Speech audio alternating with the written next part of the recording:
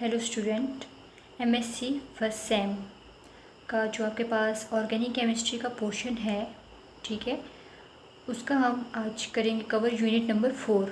ठीक है, तो ये आपके पास जो यूनिट है वो 16 मार्क्स के लिए आपसे पूछा जाएगा और यहाँ पे कुछ इम्पॉर्टेंट क्वेश्चंस हैं, ठीक है, जो आपके एग्ज़ाम पॉइंट ऑफ व्यू से इम्पॉर्टेंट है।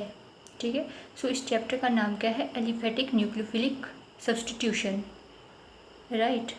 सो इसमें कुछ इम्पोर्टेंट क्वेश्चन है, आप इनको एक बार देख लीजिए। ठीक है, ये क्वेश्चन आपको आस्क किए जाते हैं।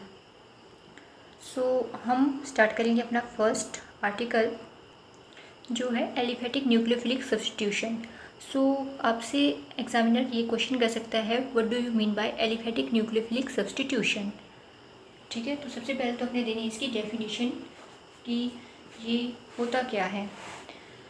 So let's start. रिप्लेसमेंट या फिर हम इसे डिस्प्लेसमेंट भी कहते हैं। Displacement and displacement of an atom और group by any other atom और group is known as substitution reaction. So किसी एक ग्रुप की रिप्लेसमेंट, ठीक है, या फिर किसी ग्रुप की रिप्लेसमेंट होना किसी अनदर एटम या ग्रुप के द्वारा, उससे हम क्या कहते हैं? सब्स्टिट्यूशन रिएक्शन कहते हैं।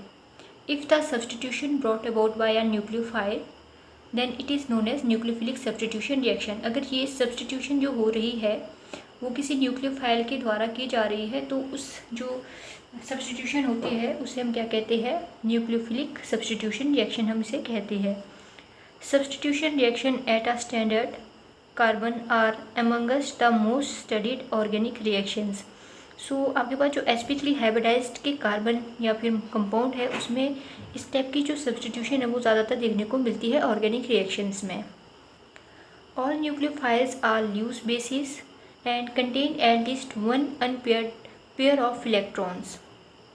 तो आपको पता है कि जो न्यूक्लियोफाइल होते हैं वो लूज बेसिस होते हैं और उनके पास क्या होना चाहिए? एटलीस्ट एक अनपेयर्ड पेयर ऑफ इलेक्ट्रॉन होना चाहिए।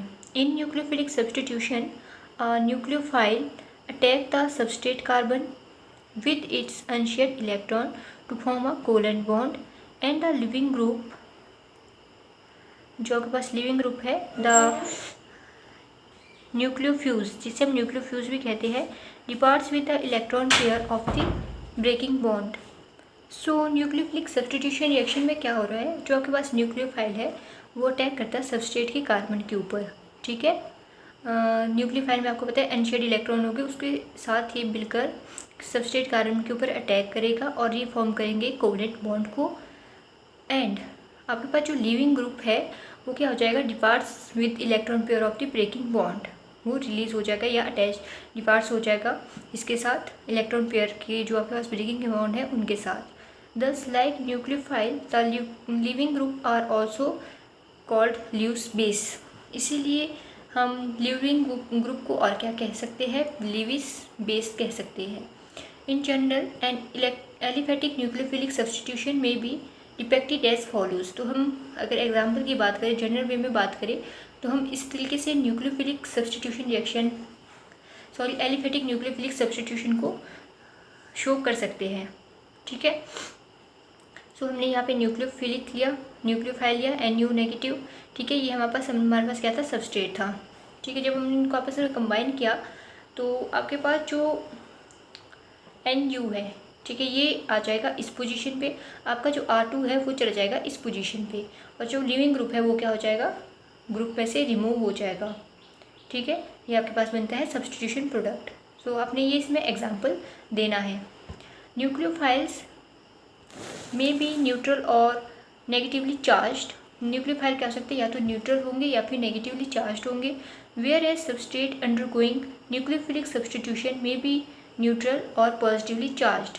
बट जो आपके पास सबस्ट्रेट है ये जो न्यूक्लियोफिलिक सब्स्टिट्यूशन में जा रहा है या तो न्यूट्रल हो सकता है या फिर पॉजिटिवली चार्ज्ड हो सकता है। ठीक है, इसीलिए हमने बात की जो न्यूक्लियोफाइल नेगेटिव होगा ये पॉजिटिव होगा, नेगेटिव पॉजिटिव। ठीक है, फिर ये सब्स्टिट्यूशन का प्रोडक्ट मानेंगे।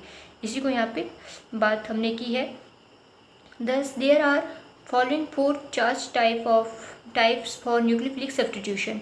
तो कौन कौन से आपके पास 4 वो टाइप्स रहेंगे? फर्स्ट हमने दिया न्यूक्लियोफाइल, ये हमने सबस्ट्रेट है, और आपके पास प्रोडक्ट या लिविंग ग्रुप।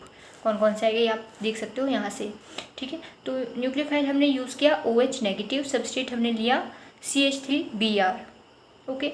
आपके पास प्रोडक्ट क्या बन गया CH3OH एंड लिविंग ग्रुप आपके पास आ गया Br नेगेटिव, ठीक है। एंड सेकेंड हमने लिया न्यूक्लियोफाइल Me3N जो कि आपके पास क्या है न्यूट्रल है। फिर हमने MEI सब्सट्रेट यहाँ पे लिया, प्रोडक्ट आपके पास बना Me4N positive and leaving group I negative. Third आपके पास आता है Br negative plus MeOH2। Br क्या है न्यूक्लियोफाइल सब्सट्रेट और ये बन गया आपके पास product and this is living group. Similarly H2S हमने यहाँ पे एग्जाम्पल सेट कर दिया और ये आपके पास यहाँ पे इसका रिजल्ट शो है। A substitution reaction in which the solvent act as nucleophile is called solvolysis reaction और solvolysis। सो ऐसे सब्स्टिट्यूशन रिएक्शन जिसमें आपके पास सॉल्वेंट एक्ट कर रहे हैं न्यूक्लियोफाइल की तरह, उन्हें हम क्या कहते हैं सॉल्वोलिसिस रिएक्शन या फिर सॉल्वोलिसिस कहते हैं, ठीक है ना। फिर depending upon the nucleophile substrate living group and reaction condition several mechanism are possible for aliphatic nucleophile reaction. तो आपके पास डिपेंड करता है कि आपके पास न्यूक्लियोफाइल किस नेचर का है, सब्सट्रेट किस नेचर का है, लिविंग ग्रुप कौन सा है, ठीक है, रिएक्शन कंडीशंस क्या है और ऐसी बहुत ज़्यादा जो सेवरल मैकेनिज्म है, ठीक है, वो आपके पास क्या करता है पॉसिबल करता है कि आपके पास जो एलिफेटिक न्यूक्लियोफिलिक सब्स्टिट्यूशन रिएक्शन है वो किस प्रकार का होगा, ठीक है। बट जो मोस्ट कॉमन आपके पास मैकेनिज्म रहती है एलिफेटिक न्यूक्लियोफिलिक सब्स्टिट्यूशन के लिए वो रहती है SN1 एंड SN2 मैकेनिज्म, ठीक है। These reaction involve SN1 mechanism are called SN1 reaction and those involving SN2 mechanism are called SN2 reaction। So जो आपके पास इन्वॉल्व करेगा SN1 mechanism को वो कौन सी मैकेनिज्म होगी आपके पास सॉरी कौन से रिएक्शन होंगे SN1 रिएक्शन होंगे, और जो आपके पास SN2 मैकेनिज्म को इन्वॉल्व करा है अपनी प्रोसेस के अकॉर्डिंग उन रिएक्शंस को हम क्या कहते हैं NS2 रिएक्शंस कहते हैं। तो SN1 आपके पास क्या स्टैंड करता है, it denotes substitution nucleophilic unimolecular. तो ये किसके लिए है यूनिमोलिकुलर के लिए है। SN2 denotes substitution nucleophilic bimolecular, okay.